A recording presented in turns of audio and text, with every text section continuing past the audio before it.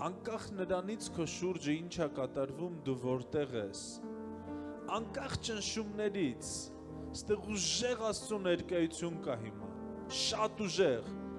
հենց հիմա քեզ փոխող Աստծո ներկայություն կա, երբ որ դու նայում ես Տիրոջը ու սպասում ես Տիրոջ խոսքին, Տերը ասում է քայլի փոթորիկի վրայով, դու նայում ես իրան ու այն փոթորիկը, այն ծովի ալիքները, այն ջուրը, որ դուրս է եկել, որ քեզ խորտակի, հանկարծ քո համար դառնում է ոտքդ դնելու տեղ, այն գողյաթը, որ դուրս է եկել քեզ հաղթի, հանկարծ քո համար դառնում է բարձրանալու տեղ, այն առյուծը, որ գուբում դուրս է եկել, որ քեզ ուտի, հանկարծ քո համար դառնում է մի տեղ, որ թագավորը քեզ ավելի պատվի կարժանացնի, այն կրակը, որը որ պիտի քեզ այրի, հանկարծ քո համար դառնում է տեղ, որ դու հանգիստ քայլես, երբ նայում ես Տիրոջ բերանին,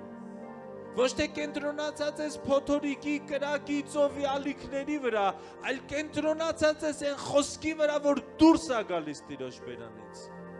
Տեր ասում է քայլ, ու դու քայլում ես ջրի վրայով, կարծ հայացքդ ուղղում ես ալիքներին, այդ ալիքները քեզ խորտակում են, բայց եթե նույնիսկ խորտակվես, իմացի Տերը կողքիդ է,